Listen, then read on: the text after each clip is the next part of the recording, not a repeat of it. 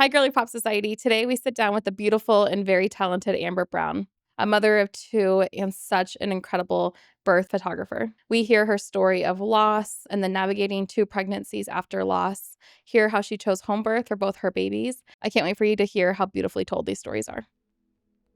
We believe a birth story doesn't begin with labor, it begins with her. Welcome to Girly Pop Birth Talks, where we go beyond the delivery room. Each week, we interview a woman just like you and unlike you about her pregnancy, her birth, and also her becoming, and what led her to the most transformative experience of her life.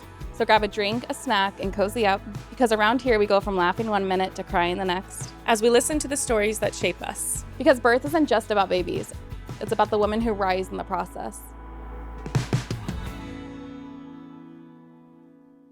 Amber Brown, welcome to Girly Pop Birth Talks. Thank you. I'm so honored to have you. Thank you for joining us today. Absolutely, my pleasure. So if you were to give us like a brief, like who is Amber? How would you describe yourself? Who are you married to? Do you have children? What do you do? Yeah, my name is Amber Brown. I am a mom of two boys. My husband and I have been married for 7 years, I think. Wow. I think 7 years. And yeah, I'm a birth, family, and brand photographer here in the local area. And that's mostly everything I do right now. Are you also a doula or just a photographer? So yes, I do some doula support as well. Okay. It's not my main focus right now, but I love to like offer that to my birth clients. Like your photography clients. Mhm, Okay, I see. Yeah. Amazing. Did you grow up in the area? I grew up in Yuba City, Oh, okay. so not too far from here. My husband's from the Bay Area. And then when we got married, we're like we wanted to move out here. We had some community here. And so this just felt like the best fit for us. So yeah, we've been here ever since we got married. Did you do birth photography before moving here? No, Okay. no. So I actually didn't even do photography before moving here. Oh. I was in marketing for a little while, doing some just like online working from home type stuff. Mhm. And then when we moved out here, I was doing that for a little bit, and I had always loved photography. I had been doing it for just as a hobby, and I was always telling myself, like, I'm never going to do it as a business, it'll ruin it for me. Mm. But here I am 6 years later doing it as a business. It hasn't ruined it yet, thankfully. Yeah. But I actually started with like weddings, elopements, working Mhm. with couples, and then after I had my oldest son in 2022, I got into birth photography and just like fell in love with it. Mm. As you know, you fall in love with birth Yeah. work. Yeah. Mhm. Okay, so going all the way back to Yuba City, Mm-hmm. how many siblings did you grow up with, if any? Mm-hmm. What was life like growing up? What did you hear? I'm giving you a lot of questions, but Yeah. also just curious what you heard about birth from your mom. Mm-hmm. Kind of tell us about your origin. Yeah. I grew up in like Yuba City, Marysville area. My I have one brother. We are 10 months apart. My growing up childhood, my parents' relationship was just very tumultuous. My dad was abusive, Mm. and so it was just I didn't I didn't a lot of the things that you have these concepts of or have these like beliefs developed at a young age. We didn't have conversations about stuff. Mhm. Like I was the girl who like found out about my period on my own, like Mm. all of that kind of stuff. So I didn't really have any like pre-established beliefs about birth. I had heard stories about my mom's birth and she didn't speak negatively about them, and um she had had easy, quick births. Mm. I know her postpartum experience was really difficult, Mm. obviously, in that situation. And so I think with a lot of things in my life, because of my family life growing up, I kind of had to like build my own belief systems Mhm. about literally everything. And so when it came to birth and everything, um, I think my earliest conversation about it with anyone was when I was dating my husband. Mm. And I remember telling him, yeah, when I like have babies, I want to have a home birth. And he was like, "Oh, what?" And I was like, don't worry about it. Like, it's just an idea. Like, and we never really talked about it again. But I had just like communicated that to him, and he was like, "What is that?" Where do you did think? yeah, Where I'm do you like, think where'd that you get came that? from? So one of the things that my mom did do with us was that I like we grew up very like holistically as far as like health wise. Mhm. And so she always used a lot of like herbs and natural foods and medicine like that to help with our health issues, like if we were sick or whatever. And so I had that in my background. And then when I was in college, I actually had a lot of my own health issues come up. Long story short, I really like kind of dove into that on my own and really like started figuring out things for myself and like working through some stuff on my own. And I think it just kind of like naturally came with like, okay, birth. Like I also want to keep that like as natural as possible. I want to be able to approach it in a way that I feel safe and comfortable. I have an anxiety when going to hospitals. Like I just had that in me. And I knew that I had the basic idea of if I were to ever give birth, I know I'd want to feel safe and I don't feel safe there. Mm-hmm. And so I know that's different for every mom. And that was just how I like felt. So fast forward to like we got married and all that. I have endometriosis and PCOS. And so I actually ended up having to get surgery after we were married for the endometriosis. And throughout all of that, I was just really trying to like, even with surgery, like utilizing both like, Western and holistic medicine. And as we approached like the idea of conception and having babies, with those diagnoses, doctors are always telling you like, oh, it might not work, or like you have this much of a chance. And so we kind of just like, prayed and hoped for the best. And after my surgery, they told us like, hey, like your best chances of getting pregnant are like right after this time. And so that was kind of like, okay, like we're gonna try for a baby soon. Yeah. Wow. Okay. So going back again, how Yeah. did you guys meet? I know. I'm Oh, like, no. who's this man? Well, my husband, his name's Michael. Michael, nice to meet you. We actually Are we a little? Did Michael remind you of mocktails? Yes.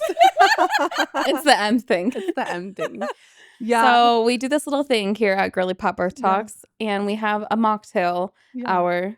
Love. So today we have a very special mocktail. That's the mocktail song. Love. It's just We gave this up. long, delicious word. So today we have a strawberry basil, So good. lemon. Think of what else I put in it. Looks I think it's just coconutty? no, it's not. Nope. I think what we're gonna call it is a strawberry basil mocktail. Love. The recipe: muddled strawberries, basil, lemon juice, club soda, and ice. Yum. In the glorious Anthro Cloud Cup. I saw that. It's so cute. Thank There you. is yours, Girly Pop.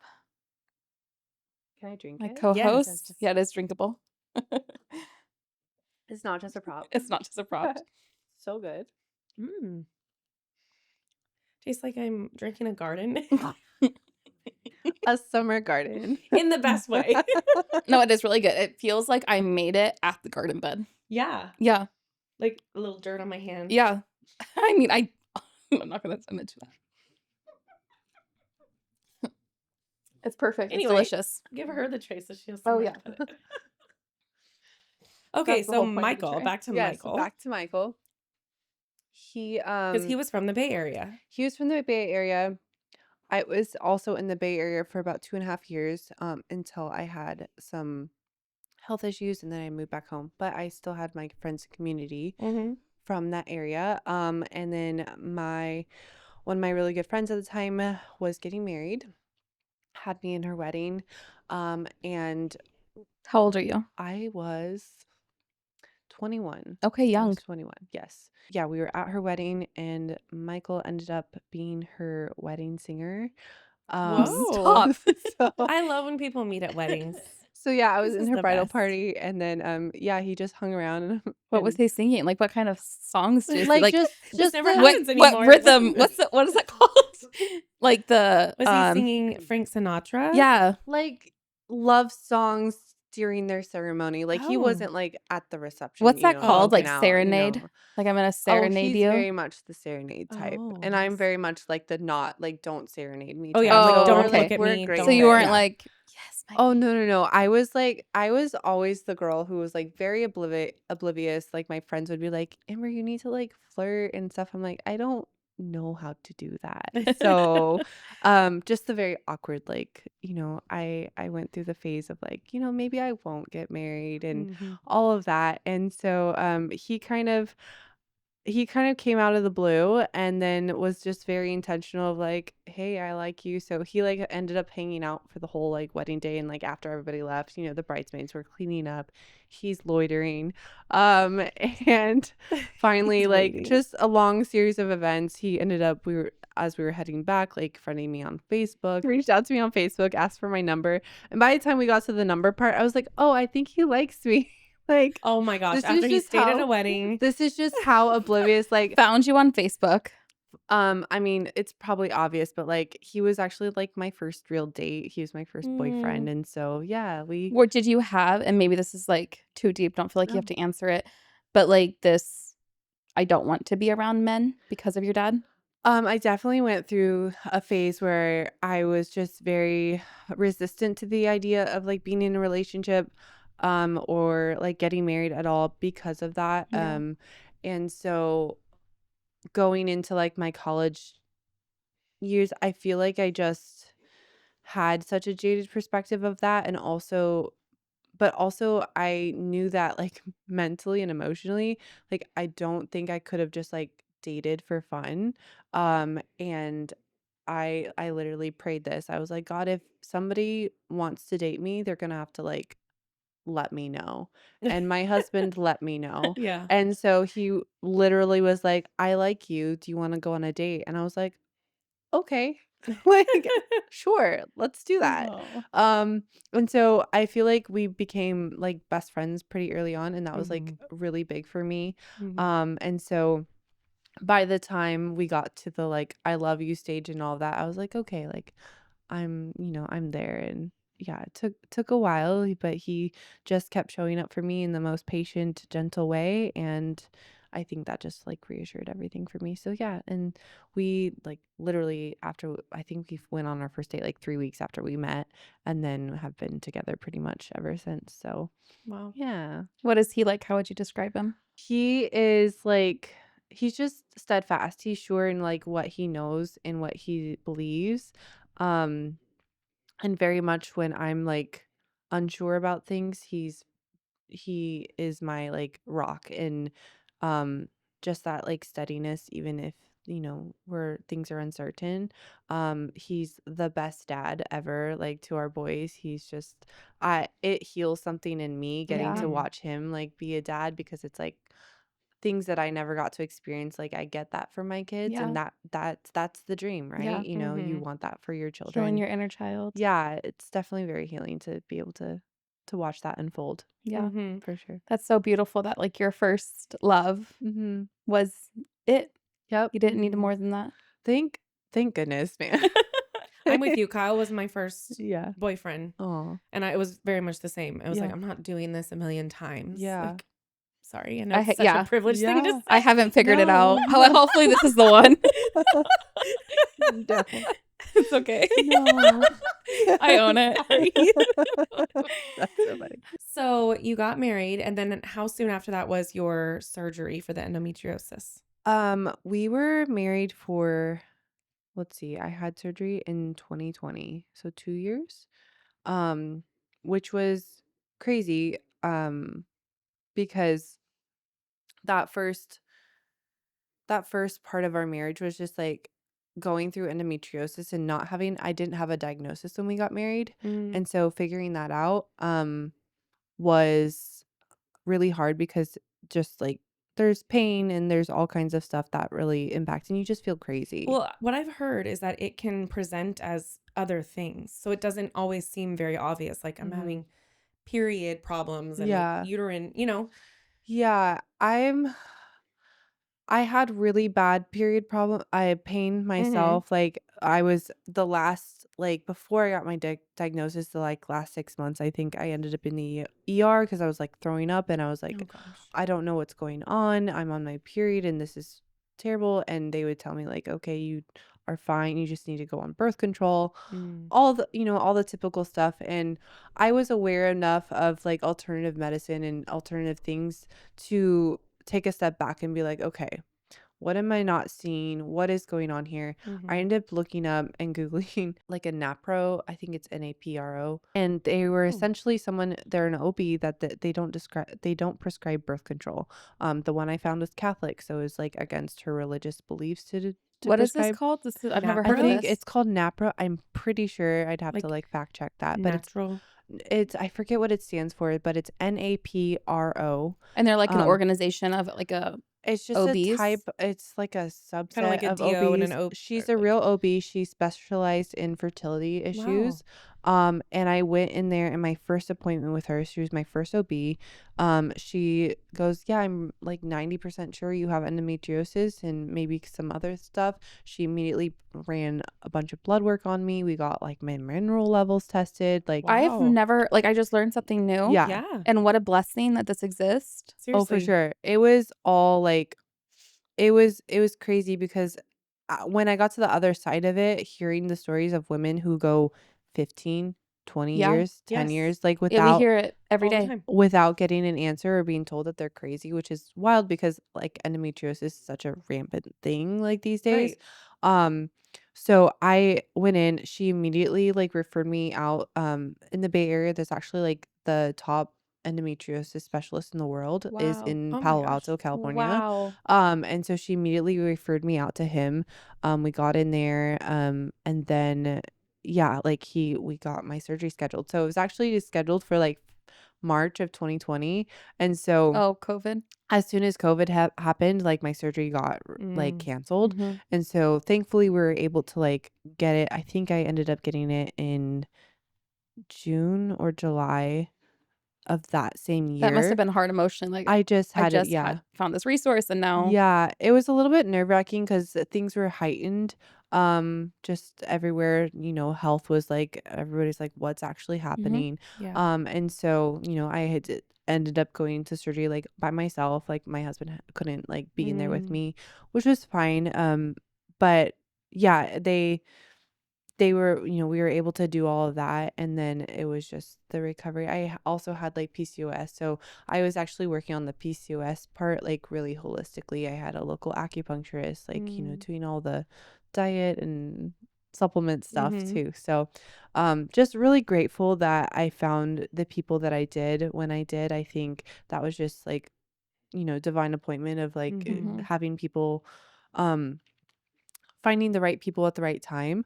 And that just like, that was like life changing for me. So, um, even though like I'm really grateful that when we did finally get to the point of like having, deciding on like, let's have kids, I felt like I had already been like working on my fertility for Yeah. so long, up to that point.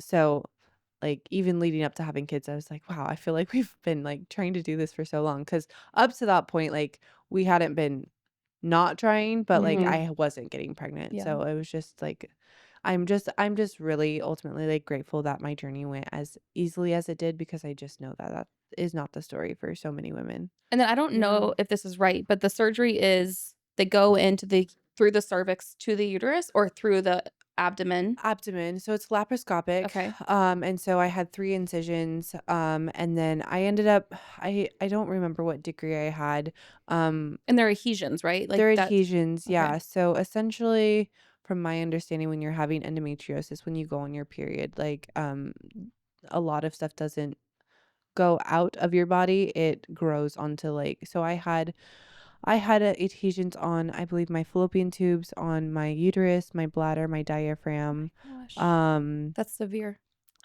yeah, and there's different like degrees of it. I don't remember what I had. Um but yeah, thankfully like we were able to remove all of it. And just super grateful for that. But yeah. And then today, like would you like does do adhesions continue to grow over time, or are you considered healed? So endometriosis is there's no cure for it. And so you can treat it, but it will never go away. It's I believe it's classified as like an autoimmune type disorder, disease. And so there's a lot of things that I've been able to do to help like even Yeah. just Yeah. manage it. And so the goal would be to never have surgery again, but there's always that chance because it does, if Yeah. it's not managed, it can always come back. So how soon did you end up getting pregnant? Because they told you Hmm. your best chance is pretty much right after. They say after recovery, the first 6 months to a year is your highest chance of getting Okay. pregnant after having surgery. Um, we had the surgery, and then that was in 2020. We definitely gave my body some time to heal. Mm-hmm. And I was still working through the PCOS stuff. Because I was having like cyst like rupture Oof. Oh as gosh. well. And so like we were treating that. And then my OB had put me on, I think, progesterone right after to help with like the cysts and stuff Mm-hmm. like that. Mm-hmm. So just a very like random series of events. And then we started trying in 2021. And then I got like actually trying because I had like, my period was consistent again and Mm-hmm. like I was ovulating, all the things. Um, I got pregnant the first time we like really tried. I got pregnant in April of 2021. And then I ended up miscarrying that baby. Mm-hmm. I found out at 12 weeks, like I had started like spotting and Mm-hmm. stuff. And so but, like, backing up a little bit, even at the beginning of all that, like, we immediately hired a midwife, like, and started getting care from the midwife. Um, and then, yeah, so ended up miscarrying that baby. It was the most difficult thing I've ever been through in my life, but having that support was just everything. Mm-hmm. Um, I think that it's just it's hard because I've also had many friends go through miscarriages as well, and everybody's experience is so different. But just having the support of my midwife, like she helped support us in me being able to stay home. They Mm-hmm. utilized some herbs and things like that, but that was like I told her because they give you your options, and I told her I was like I don't want to go, like I don't want to DNC if at all possible, like I don't want to take a pill, like I just want to be home. And so our baby had stopped growing probably around the like 8 to 10 weeks mark. So by 12 weeks, I had been like, we had lost our baby for a while. So I think once I understood that, like, there's something about like finally like knowing that in your Mm-hmm. body that your body starts to like understand, oh, this Mm-hmm. pregnancy is gone. Yeah. Um, It really does hold on to it until mm-hmm, you say, mm-hmm. okay. Yeah. And so going through that was really difficult, but I'm just really grateful. One of the things that it did for us was allowed my husband to see midwifery care in action, Mm-hmm. and that was just like he was already on board because his perspective is always has always been like whatever you want because you're the one giving birth, and even from the very beginning he's like I'm not the one giving birth, you have Mm-hmm. to like feel safe with this, so like whatever you decide. So I'm just so grateful because I know again like it can be a harder thing for a lot of husbands Mm-hmm. to understand if they're not, familiar with that. Um, and so, yeah, there's like having that care, just Mm-hmm. everything, like it was so intentional and it was so loving, and she just held me so well. Mm-hmm. And yeah, it was I'm so it was really sorry. great. Thank you. Yeah. Sorry. Do you guys name that baby? We did. Yeah, we named the baby, and like I gave birth. I think that's the hard thing about giving having a miscarriage is like no matter what stage you're at, like you're giving birth. Yeah. Mm-hmm. And that was wild, like you don't know until you know. Yeah. But I think it's also helped me in my perspective in like loving other moms and like knowing how to be there for moms who go through the same thing, because Yeah. truly, like, it's not a club that you want anybody to join, but you don't truly know how to, like, be there for somebody until you go through it yourself, Yeah. which, like, again, we don't wish that upon any woman. But, like, once you've been through it, you're like, "Okay, like, I know how to, like, hold space for women who do go through this." Mm-hmm. So, I ended up getting pregnant immediately after. Um, I think I got a positive, I think 4 weeks after our That miscarriage. happens so I was gonna often. say I've heard of that a lot, which is Like not something to Yeah. tell people. Yeah. Like, oh, you're gonna get like you pregnant right didn't have a away. period, you just lost a baby and then Got got pregnant. Yeah. pregnant. Yeah. And that was not planned. That was not the plan. Yeah, that is Um, so hard to sit with. it was like it was whiplash. It was like an Yeah. emotional roller coaster because I was sitting there like grieving the loss, like the deepest loss I've ever felt in my life. Yeah. At the same time, I'm supposed to be the happiest I've ever been in my Yeah. life. Um, but I was just terrified. Yeah. And like I found out I had when we got the positive, I actually took the test because I was like not feeling well. I had like spiked a really high fever and my body like hurt and we were freaking out because I was like it was only like 3 weeks later, but I was like maybe this is like Yeah. complications from Mm. whatever. Yeah. Within 24 hours we realized I had COVID. Oh. Oh my So gosh. but like having a positive pregnancy test. So like I got COVID. I was having like 104 fever. Oh, I have that's this like scary. positive pregnancy test and I'm like, what did I do? So I'm literally like sleeping in bed with ice packs on my uterus because I was Yeah. so Oh, Amber. terrified. Yeah. And you know, like your midwife can't come over because you have COVID and Oh like my all the gosh. things. So In 3 weeks, there's no way that you're healed. no, So you're yeah. just in this. So I was just in it. And so we, Ugh. you know, got through that. And then I immediately went and like got my blood work. And thankfully, because I had been on progesterone with my first pregnancy, I had that still. So I had been texting my midwife. She's like, start the progesterone, like stay on that. Was it Because suppository or oral? suppository, yeah, my body just, no matter what we try, Yeah. like just doesn't produce enough. Yeah.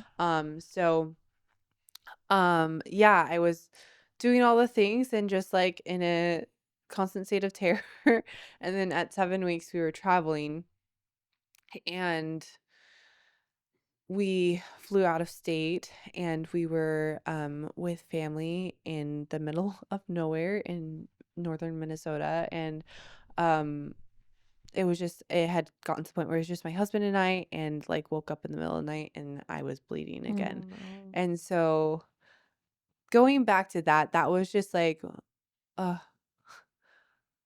I told you were gonna cry. I'm not gonna cry. That probably was like just the most intense like fear Yeah. that I've Mhm. had in my life. Because I had already like I literally remember sitting there and being like, God, I can't go through it again. I can't go Yeah. through it Mhm. again. Um and so we drove to the nearest um I think it's a I don't think it's an ER. I think it's just a hospital that was like 45 minutes away, and they're like, we can't help you because we have nothing here to help you. And so we drove another hour to the Oh my next gosh. hospital. Amber. And we got there, and honestly, I'm just again so grateful. It was the staff there in that hospital were just the kindest, most gentle um medical practitioners that I've ever been around, and they Mm. just were so gentle with me. And so we got there and they didn't have an ultrasound because the ultrasound tech wasn't there because it's the middle of the night in the middle of Oh nowhere. my gosh. And so but they did all the things, and the doctor was like, I don't know what's going on, but we're gonna get you in for an ultrasound. Like, don't worry, like And you were it's still bleeding at this point. I was bleeding a little bit, but nothing crazy. And she's just like, I can't give you any, like, I can't tell you anything right now, but we're going to take care of you. Um, and so the next day, like we had gone home the next day, we drove back and got an ultrasound and got to see his heartbeat. Mm. And that was just like, I, I hadn't gotten that with our first baby. Like Mhm. I went into it like, oh, we want to be Right. surprised. Like we want to like go through, that innocence of like Yeah. being pregnant for Yeah. the first time. Yep. That's what I was gonna say is that probably the cruelest part other than losing a baby, which Mhm. is the cruelest part. Yeah. But what I've seen is that it like steals your naivety. Is that the right Mhm. word? Yeah. Um, I mean, every mom is scared when they're pregnant about Mhm. losing their baby, but you don't know like how real that is Yeah. until you've gone through it. Yeah. 100%. And so that's the saddest thing to watch is like Yeah. you're just, you Well, no and then it's longer just not think, thinking that in your first pregnancy, yeah, and then the Yeah. shock of, yeah. oh, it happened to me, Yeah. and then the betrayal of, oh my God, is it happening again? Yeah. Mhm. It yeah, you don't I think that innocence of going through your first pregnancy, that joy that's just like completely untouched is just Mhm. it's so sweet and so magical and special. And yeah, I definitely that's part of like one of the things you grieve is that you don't ever get that back because it's Mm. always like you've been through it now and you know um what that feels like. And so yeah, you know, we got to see the heartbeat. And yeah, I just remember everything was fine. And so I think everything with my oldest's pregnancy, my mantra going through it was today everything's good. Yeah. Mm. Today we're fine. Yeah. I don't know what tomorrow is going to be. I'm not going to think about tomorrow. Today we're good. Today we're safe. My Mhm. baby's healthy. That is such a strong mantra. Mhm. Yeah, and I still was grieving. I remember being like 20 weeks just like crying in a parking lot because I was like trying to be so grateful for the baby in my belly and yet like still hurting so badly from like You didn't losing have our a lot of baby. time. Yeah, Yeah. and Yeah. so it was a weird it wasn't weird. It was an interesting time of learning how to hold space for both grief and joy, Yeah. which I think is just so vital for all of motherhood Mm-hmm. because you're in life in general, but like you're learning that balance of like this is a hard thing and yet a beautiful thing all at Mhm. once. Yeah. And so, as hard as it was, I'm grateful that we are where we are. Like my oldest is, he's my heart and joy and my, part of our whole world. And so, Mhm. wouldn't have him without what we had gone Yeah. through Yeah. for sure. So, um, but yeah, Thank you for that. of course. I think that's going to touch a lot of moms. Yeah. You put words to a lot of things that people are feeling. So, Yeah. I think especially in birth work, working with moms who have walked through loss, it just like there's that connection. You Mhm. just have this like connection of like walking through that grief together. Yeah. And so especially getting to work with moms who have been through that as well. It's like there's just it's not I don't there's not it's not to say that it's more special, but it's just like this like deep feeling of like when a mom who's had a loss has a baby. It's Mhm. just like it's just there's I so always much feel like more it's like a involved. depth of responsibility when I'm attending a birth Mhm. Yeah. after years of infertility or a Mhm. loss. I just feel like not that that baby's any more special than another baby, Right. but this baby was so wanted and so Mhm. awaited on Yeah. that it's just Yeah. it's heavier than Mhm. any other thing. Yeah. Absolutely. Um, Okay, so we get to the end of your pregnancy. Yes. You made it. Made it to the end. Did it ever get easier at a certain point, or was the whole pregnancy scary? I think so. Well, we backtracking. It was getting easier. I think you get more settled and like just reassured. Um, I think it was 29 weeks. Yeah, it was around 29 weeks. I started having, they weren't contractions. They were more than Braxton Hicks, but they weren't contractions, Mm-hmm. where I just have them nonstop. And I hadn't ever heard of this happening before. But like my whole belly would tighten and it was happening like every 3 to 5 minutes for like nonstop. And so like irritable uterus, perchance? oh yes. I've been Yes. there. Hadn't heard about that until going through it. So I do you have a irritable uterus as well? And it makes sense She's because irritable. you have a uterus that has been through Yeah. so much. It makes So sense much. that they were Yeah, like active and true. talking. Mine started Yeah. at 29 weeks as well. Yeah, so Mhm. that was like and I've had it twice now with Oh. both my kids. And so, I was working with midwives, but they're like, "Okay, like we gotta go get you make sure that everything's good." And Yeah. Yeah. so I did the whole like have to go to triage, have to like, And the whole time I was there, I was so upset about it.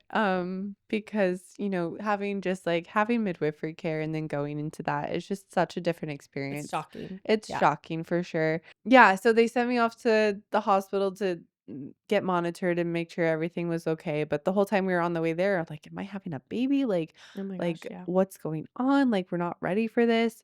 And so they go in and then, long story short, they're like, yeah, you have an irritable uterus. And I was like, what's that? Yeah. Like My I my didn't know uterus it has an could be. attitude. Yeah, I was it's like, literally what it is. I was like, I didn't know that was a thing. But my midwives ended up just helping me, like supporting my body with some herbs and stuff, and like it calmed down. And so when labor finally started, I was just like cool, like this is actually happening. Um no, I ended up going into labor with my oldest at, I think it was like 38.5 or something like that. Ooh, she's lucky. Someone sounds bitter. No. No. Maybe. We're still working through this. She's So good, Amber. No, I know. It's funny because you'll hear why I go into labor early in a minute, but I end up I ended up having a contraction, and like as soon as it started, I had lost my mucus plug a little bit, and as soon as it started, I had that first contraction. I was like, "Oh, I'm in labor," and I knew it because I had like felt that sensation before when I would be on my period with endometriosis, and I was like, "Oh, I think that's what a contraction feels like, a real one." So it felt different than the Felt so irritable different. uterus. Oh yeah, Okay. for sure. There's definitely more of a cramping versus a tightening. I think it would be the best way to describe it. So had that first contraction, let my midwife know, like, hey, like I think I'm in labor. Don't like I'm just gonna see where this goes, and like we'll just check in with you. And so that whole night I kind of just like labored on my own. I told my husband, like, go to bed. And did you guys do any like birth classes, any preparation for this? Oh yeah, like Okay. so yes, we did like a home birth class that was like online. And then I read a lot and listened to a lot. I was very much like, I going into my birth, I had a plan A and a plan B and a plan C and a plan D. I was like, okay, this is what happens if, this is my ideal home birth plan. This is what I want if we transfer to a hospital and I have a natural birth at a hospital. This is what I want if we have a C-section. Like I had it all Yeah. listed out because I was like, if any of that happens, I want you to know what I want. And Yeah. so I just like that was the way I knew that I had such little control over birth, but that's one way I could like equip myself. So I went into my first birth and I had a TENS unit. I had the birth ball. I had a tub. I had, Nice. all the CBD oil. Like I had everything that I could have at home in order to like navigate that myself. And so we didn't hire a doula or anything. I was like pretty I just I was so new to the birth world. I knew what I had known on my own research, but I wasn't quite like aware of everything just yet. Um and so we had thought about it, then I was like, no, I think I just like want to do this with me and my husband. And I feel like I have enough support from my midwives. And so started going in that first night. I ended up doing the mile circuit by myself, and so I just like went from position to position all on my own, and just listened to my body and like looked, leaned into what felt good. Um, and then I want to say around like 5, 6 a.m., I woke up my husband. I was like, hey, I like think that this is like kind of like this is for sure real. Like this is definitely happening. Um, and so he, was just more in touch with my midwife. And then I just remember being so exhausted because, like, the whole day before I hadn't slept. I hadn't really slept the night before that. And then obviously that whole night I was having contractions like every 5 to 6 minutes, but they were just strong enough to where it's like I wasn't sleeping. And so I just remember being so exhausted, and I was having this like pregnancy sinus thing where I couldn't breathe, and I was like, I can't do my breathing techniques. Like this is really hard. But my midwife came over and she ended up giving me like a Benadryl so I could rest. Knocked me out. And I took that, and then yeah, just like rested for a little bit. And then we were considering, I think I slept for like an hour or so, and they were considering potentially like taking another one, but we didn't have any more Benadryl. So I sent my mom to the store. I was like, go get a Benadryl. She came back and they were like not dye free. So I was like, I can't take that one. Like, and so we were like contemplating, like, okay, what do we do? I'm laying there in bed, just like trying to relax into the contractions. All of a sudden, I get this big surge and my water breaks everywhere. Mm. And so at that point, things like ramped up very quickly. I was having rolling contractions. And so there was like not really any breaks between them. So I like ran into the shower, and then I was yelling at my husband. I was like, you need to call somebody. He's like, what do you mean? I was like, call the people now. Like the midwife, the photographer, everybody needs to get here. He's like, are you sure? I was like, call everybody. Like, I was like, Are you sure? I That was would like, kill me. just tell.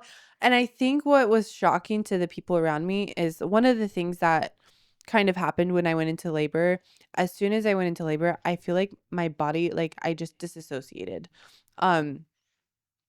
Which like that wasn't the goal. Like I wanted to be present, but I think that just like my natural reaction to like hard things or trauma or whatever, being in pain was to disassociate, and that's what I did.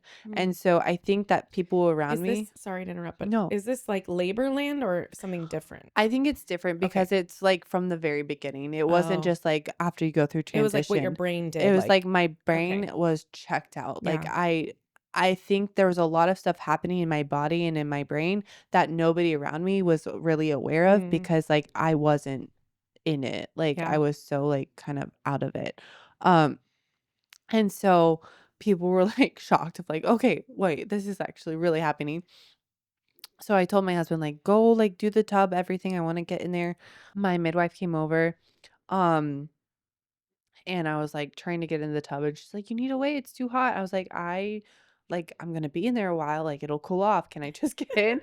And she's like, no, no, no, no, no, you have to wait. So finally it cooled off, and like this whole time I'm just having like contraction after contraction.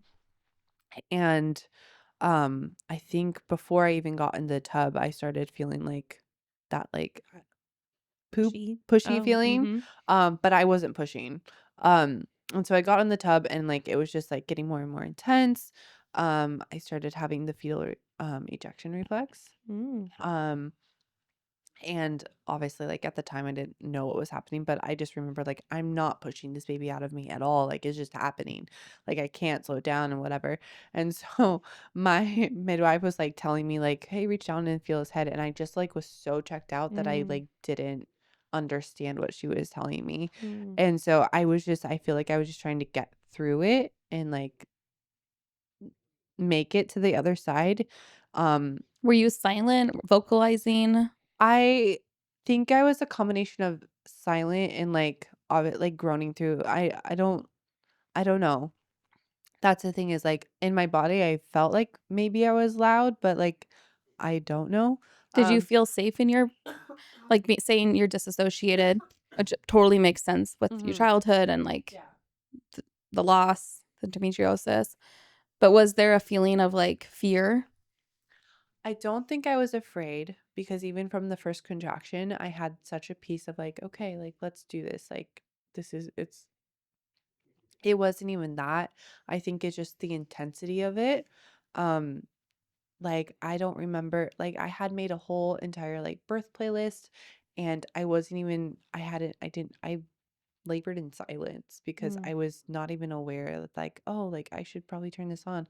I should probably do my lights or whatever. I just didn't think about those things, because I think I just, like, my brain was just like, we have to get through this, and kind Well, of shut yeah, everything like else out. disassociation Mm-hmm. is developed as a coping mechanism. Mm-hmm. So probably was developed at some point in your life. Mm-hmm. For And sure. unfortunately, you can't tell your body this is This a safe thing Yes. versus this is not safe. Yeah. So it sounds like it was like, oh, let's do our thing. And you're like, wait, I actually didn't want to disassociate Yeah. for Yeah. this, but you For can't sure. control it. Yeah, and I was just like, I don't remember like emotionally feeling anything. Like I wasn't crying or anything like that. I wasn't really feeling anything. I was just so checked out. So by the time like he was coming out, my midwife she had to catch him because she's like had to give him to me. And I literally feel like I remember feeling like I was watching myself give birth. Like I felt like I was like up out of my body. And so it took a minute for me to like get back into my body, and she like handed him to me, and I was like, oh, okay. Like Oh my God. I feel like I was kind of in shock. So Yeah. my labor with him was 24 hours start to finish. But those like last 2-3 hours, those were like the super intense one, or 2 hours, because I think my water broke around like 3 and he was born at 5 Wow. something. Yeah. So but yeah, I mean, my postpartum with him, outside of like one kind of scary event, like was pretty easy and smooth, and I'm just like really grateful for all of that though. But Yeah. Wow. Breastfeeding. yeah, he ended up, I mean, we did the whole like he had a tongue tie thing and everything, but I was never in any pain. My milk supply was always good. So I'm just really grateful because that went pretty smoothly. Yeah. And how was like motherhood that first year? Um I loved being a mom. Being a mom is the most fulfilling thing I've ever done in my life, and I feel like when I held my son for the first time, I remember being like, this is my purpose. This is why I am who I am. And my boys have brought me the most meaning out of anything I've ever done in my life. And I just am so grateful and blessed, because I genuinely, growing up, like I didn't ever envision this for myself. I didn't think that this could be a dream for me, that could come true for me. Just because I don't know. Maybe that's silly. Like looking back, it's like, of course you could have like gotten married and had kids and stuff, but I didn't understand how like I would ever be able to get that, and like in a way that was that like fairy tale ending, you know? And so I loved being a mom. I feel like I went into it. I had experience with kids, like I used to nanny and all that. So I wasn't scared. Like I didn't have a lot of anxiety about like certain things. I was really very chill. I like dove straight into the baby wearing, like, let's, go places type of motherhood, um, which I love. I just enjoy being with them so much. Yeah. So sweet. So then how did you decide and when to have another one? We knew that we wanted more kids, and so at I think I didn't even get my period back with my first until like 14 months. And so once that was back, I was like, okay, now we can like make plans. I was having some like little hormonal issues, and so we like worked. I was actually really grateful to work with a midwife to like deal with all that this time around. And then like I ended up going on progesterone to try to get pregnant. And so it took a few months, I forget how many, but we ended up getting pregnant in, what is the year? The end of 2020, it's 2025. 2025. Yeah, my youngest just turned a year. So the end of 2023, I believe, we were able to announce like with Christmas gifts and stuff like that. So that was so cute. So yeah, we got pregnant there, and that, um that was the first trimester from hell. Quite literally. It was insane. There's so much, like I ended up having at 7 weeks having ovarian cyst rupture. Oh my. And right after that, my son and I got hand, foot, and mouth, and I was sick with that for 2 weeks. And then this entire time I also have nausea. So like I just get nausea for forever. And then I forget, something else happened after that. I had like a retracted eardrum. Like, I'm sorry. yeah, from an ear infection. What? So like I felt just, like my lips went like so Everything just inside me just worked. that's why my lips did. I didn't know that could happen. yeah, apparently What? it can. Well, I had what? an ear infection, and I went like Why is this shaking us so much? this is just like, yeah, It's terrifying. It just like shocked me. Like, so I had nausea and a ruptured cyst and a retracted eardrum. So by this time I'm just like, can we What else? like Yeah. I was just so ready for like I was like, make me as pregnant as possible. Like, I just want to be done. Like, get through this. Did you have Make me as fear? pregnant as possible. Like, like grow this baby as baby. Like, just get done. I get it. Just hilarious. Make me as pregnant as possible. So, did you have fear this time, the same fear as last time, like where you weren't able to relax into the pregnancy because you're holding this like grief and I that think innocence is gone? I think a little bit, not as intensely, but I think that's still there. There's always that fear that, that other shoe's gonna drop and it's gonna Yeah. happen again. Um, but I kind of just tried to do the same thing of like, today my baby is safe. I Today, love that. today my baby's healthy, and that's all I can't control anything. Yeah. And so as hard as everything else was, I do think it kind of took my mind off of the fear, because it was just Mhm. like having a toddler and pregnancy, and you're just like, you look back at your one child self. Yeah, did your eardrum heal? My eardrum's fine. Okay. Yeah, it's totally it's fine. It's I'm recovered. picturing It's like a recovered. balloon is the eardrum and it Mhm. bursts, which is my fear. No, And so then it I'm didn't happen. picturing that burst being sucked Mhm. back Yep. to the brain. I don't That's know. literally yeah. That's what it We is. went to well, I got hand, foot, and mouth with my son. Which is rare for adults to get. Of course. I was just like, this is awful. I couldn't eat anything. It was Oh, it was in your terrible. throat. Yes. Yeah. Yeah. And then I got a double ear infection, and I remember being pregnant. I was like trying to like not throw up. I'm sitting in the bathroom of our gosh. house, and it's like the middle of the night. I can't sleep because I'm just in such insane Oh my God. pain. And at that point, I would have been like, I would have taken anything, but then you're pregnant and you're Yeah. like, you can't take anything. And so I'm just like sitting there crying, and my husband comes in. He's like, are you good? I was like, nope, I just want to die. And he's like, okay, is there anything I can do? I was like, nope. Like, I literally have to sit in this. I just have to be here. And it was literally the most painful thing I've ever been like Yeah. experienced, which is saying something. Mm-hmm. And I 0 out of 10. Do not recommend Wow. getting. And then it made me feel for little babies who get ear infections. And I Oh, was yeah. like, those poor children. I remember ear Um, infections as a child. Like I have yeah. blips of memories of just screaming over it. That's so hard. That's So, so hard. yeah. So yeah, newfound like just Yeah. heartbreaking for the babies Yeah. going through that. But made it through that. Loved being pregnant in my second trimester because Mhm. anything was better than that. Third trimester, I did get my irritable uterus back. Yes, there she is. There she is. The And so drama. the drama. And so at this time we're like, okay, this again. Like, there's always the like, okay, this is actually happening, but it's not. Did you have to? Because I was like on and off bed rest, and I feel like my third trimester was stolen from me in a way because it was like constantly like I didn't have to be on bed rest, but it was Mhm. super uncomfortable if it got super irritable. So what did you end up doing besides like herbs and I think I was on herbs. I don't know if I'm allowed to say this. nothing's off limits? Well, when it was really, really bad, like it was like nonstop for like 6 hours or something like Yeah. that. My midwife told me to go get in the bath, and it wasn't stopping, and she's like, well, drink some wine. Oh, yeah, Oh I did yeah. that every night. Okay. That's not off limits. Okay. Not I was off like, limits.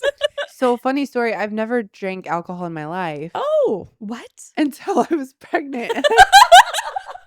And that was the first like experience of oh my gosh. alcohol that I had ever had. Love a good mocktail though. Yeah.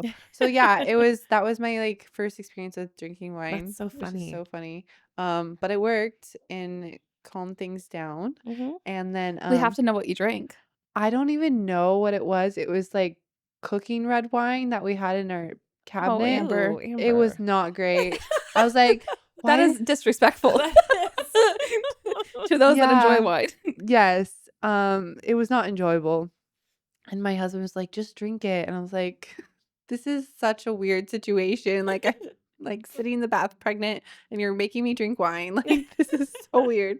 But it worked. And I think just trying to like lower my stress, Yeah. stop being so like, busy and stuff like Mhm. that helped a lot. But I'm so annoying though. I was just like, okay, we'll just deal with it. Like Mm. I'm like, everything's fine. I'll just deal with it.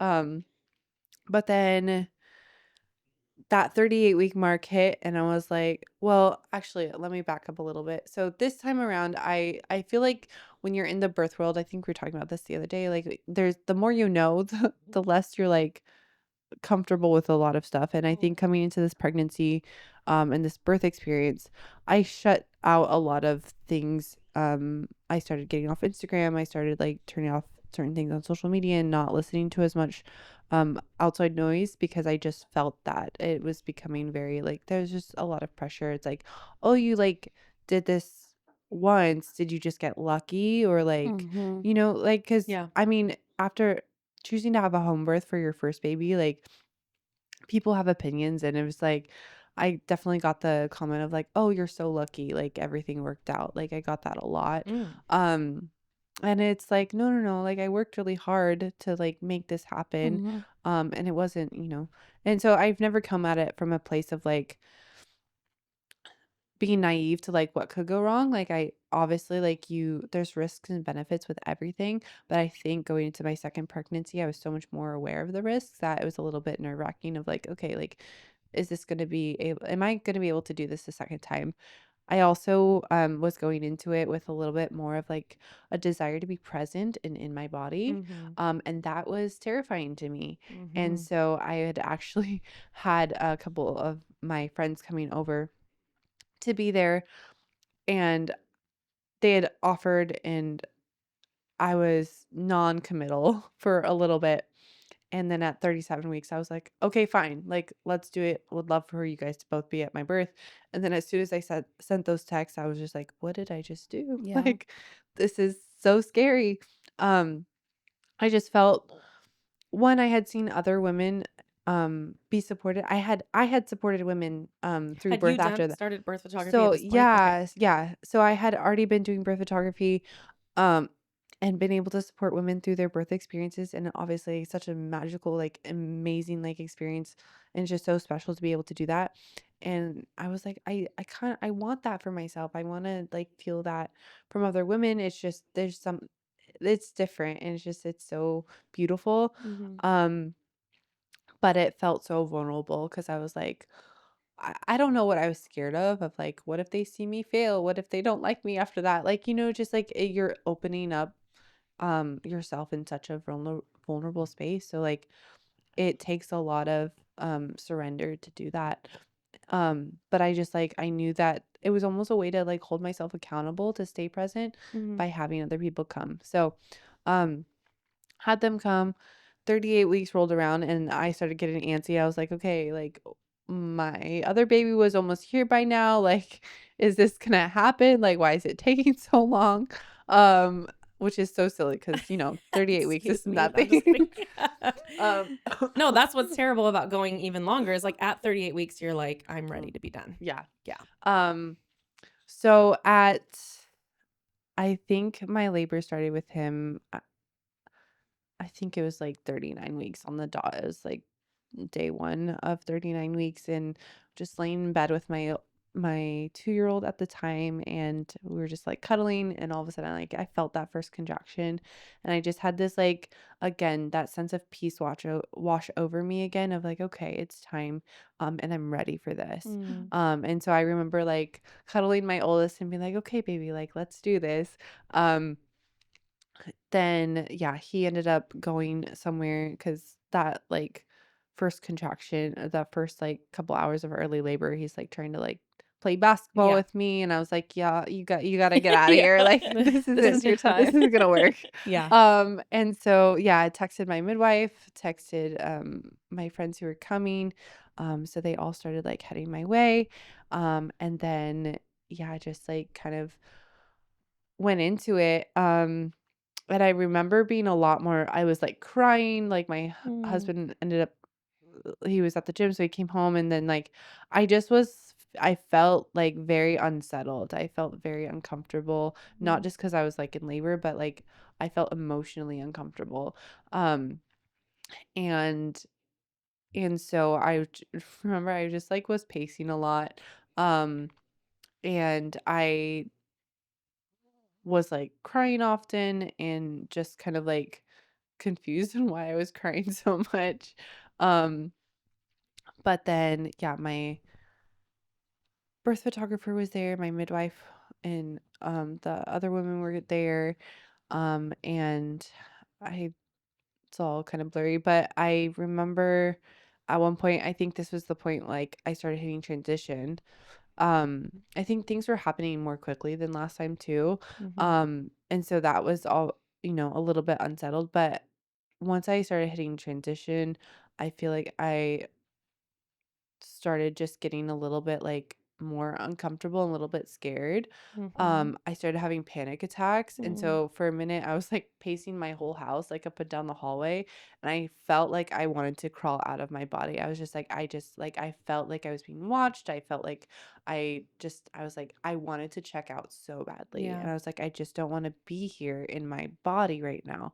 And so I started having panic attacks and, Mackenzie was my midwife this time, and I told her, I was like, I need everybody to go. Like I need to be by myself. And so I ended up putting headphones on. She got me on the bed with my husband and like closed the curtains because again, it's the middle of the day that I started labor. Um and so yeah, I just remember she helped me get like grounded and recentered. Had the headphones on so I couldn't like hear what was going on because they were like setting up the birth tub and all that. And I just focused on like breathing, relaxing into the contractions and like having my husband right there.